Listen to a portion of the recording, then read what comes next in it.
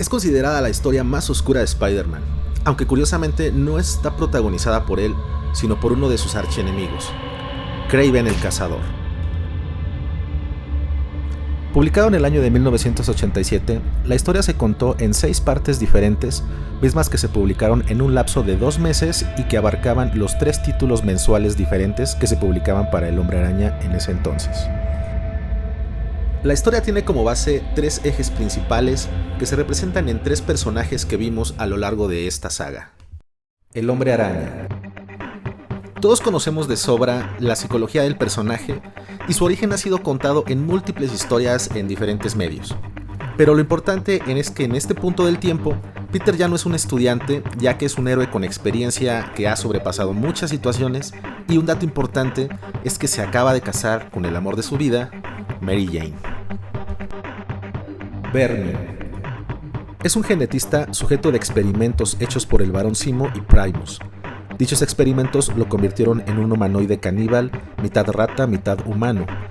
Un dato curioso es que en el último enfrentamiento que tuvo con Spider-Man, previo a esta historia, Vermin lo supera ampliamente, y solo con la ayuda del Capitán América, Spider-Man pudo detenerlo. Kraven el Cazador. Sergei Kravinov, hijo de aristócratas que huyó de Rusia hacia Estados Unidos durante la caída del zar Nicolás II. Su madre perdió la razón y fue encerrada en un centro de salud, donde finalmente se quitó la vida. Se considera a sí mismo el mejor cazador del mundo, y busca derrotar a Spider-Man para demostrar su posición como el mejor cazador. Además, vive bajo un estricto código de honor, que irónicamente será lo que marque su final.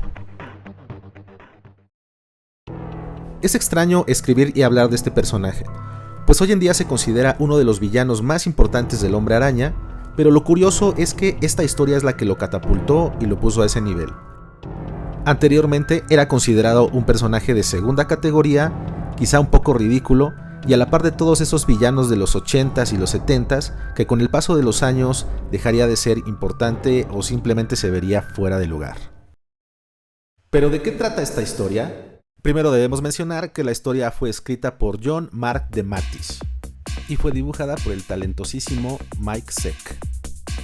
Como decíamos anteriormente, Kraven siempre había sido considerado un villano de segunda categoría, se había enfrentado varias veces a Spider-Man y había sido derrotado de una manera sencilla. Y precisamente aquí es donde viene la genialidad del escritor, que se pone en los zapatos de este villano de segunda categoría y se pregunta qué es lo que pasaría por su mente después de tantos fracasos. Recordemos que Kraven ha pasado por muchas situaciones difíciles desde niño, y lo único que lo ha ayudado a levantarse y a ser el hombre que es ahora es ese código de honor que tiene y su orgullo. ¿Qué es lo que pasaría entonces si su orgullo fuera golpeado una tras otra y una tras otra? Kraven formula un plan para finalmente derrotar a Peter Parker, enterrarlo y usurpar su lugar, y con esto demostrar que él sería un mejor Spider-Man. La intención de Kraven no es asesinar al Hombre Araña, sino por única vez demostrar que es mejor, así sea lo último que haga. Otra pregunta interesante que se formula el autor es qué pasará con Kraven una vez que logre su objetivo. Si actualmente eso es lo que motiva su vida, una vez que consiga su meta, ¿qué le quedará? El final es impactante y ha dado mucho de qué hablar, pero no caeremos en el terreno de los spoilers.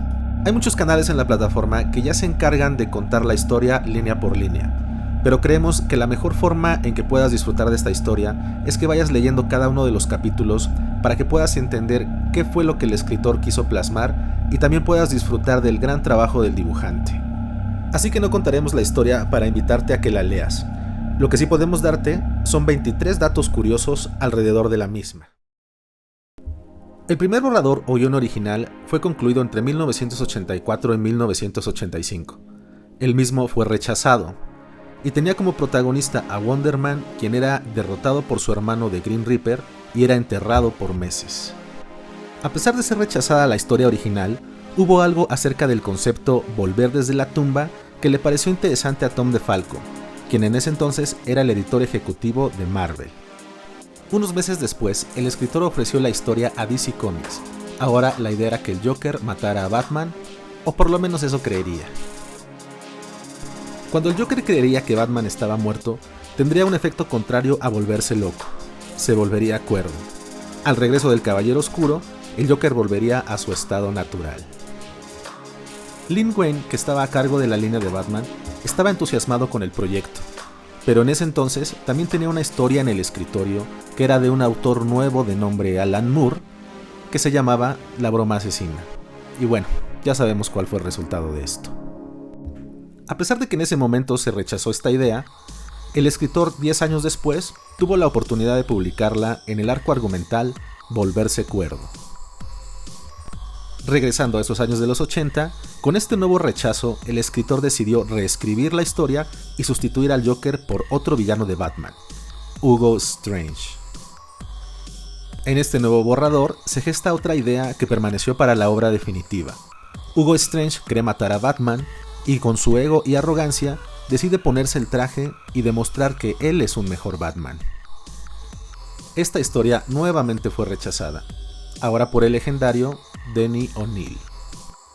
Con 3 rechazos a cuestas, el escritor casi abandonó la idea, pero en otoño de 1986, Jim Owsley, editor de la línea de Spider-Man, y Tom DeFalco, sí, el mismo Tom DeFalco que lo rechazó por primera vez, lo invitan a hacerse cargo de escribir la serie mensual de Spectacular Spider-Man.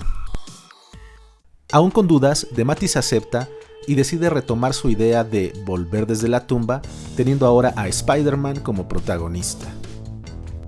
Algo que lo motivó más es que Peter Parker se encontraba en un momento de estabilidad y de mucha confianza en su vida. Se acababa de casar, así que el impacto también sería más grande, pues habría alguien que lo estaría esperando cuando él no regresara.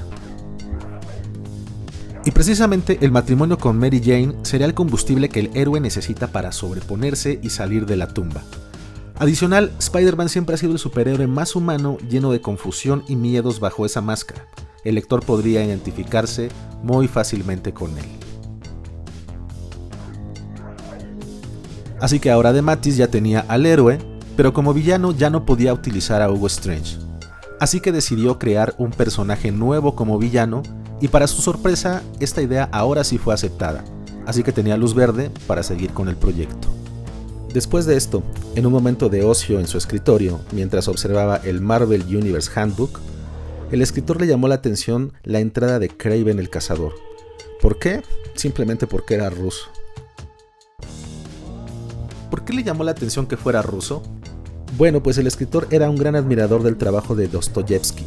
Sentía que el novelista en su trabajo había sabido plasmar la dualidad del ser humano, y esos recuerdos le llegaron al ver la nacionalidad de Kraven. Inmediatamente llamó al editor pidiéndole que olvidara al nuevo villano, que quien asumiría ese rol sería Kraven. El editor no estaba tan entusiasmado con la idea, pero lo dejó continuar. DeMatteis sabía que el único dibujante que podía hacerse cargo de esta obra era Mike Zeck, con quien el escritor ya había trabajado anteriormente en el título del Capitán América y con quien tenía una excelente relación. El título de la historia no fue creado por el escritor, sino por el nuevo editor en jefe, Jim Salicrup, quien reemplazaría a Jim Owsley. Salicrup también tuvo una idea revolucionaria para ese tiempo: contar la historia en 6 partes diferentes a través de los 3 títulos que Spider-Man tenía en ese momento de manera mensual. Posteriormente, esta práctica se hizo muy común en la industria, pero en ese entonces fue una idea revolucionaria. Regresando al dibujante, con la llegada de Mike Zeck decidieron traer a la historia un personaje que ellos dos habían creado, Vermin. DeMatteis considera que el tiempo en que se publicó esta obra fue perfecto, pues el tiempo que pasó desde la idea original hasta esta última versión, la vida del escritor tuvo altibajos que plasmó en la obra. En palabras del mismo escritor, hubo un tiempo que me sentí tan enterrado como Peter Parker, habitante de las profundidades como Vermin, y tan perdido, desesperado y quebrantado como Kraven. Una vez que se publicó esta obra, hubo cierta polémica en Estados Unidos, pues tocaba ciertas fibras sensibles en los veteranos de la guerra de Vietnam. Para suavizar un poco esto, en 1992, el escritor y el dibujante publicaron una segunda obra de nombre El alma del cazador, donde darían una versión un poco más optimista del personaje de Kraven. La última cacería de Kraven resulta ser un relato psicológico que se aleja por completo de la línea colorida y optimista que manejaban los títulos de Spider-Man en ese entonces. Hoy en día, la historia es considerada una obra de culto a la par de otros clásicos de los 80s como La Broma Asesina, The Watchmen o El Regreso del Caballero Oscuro.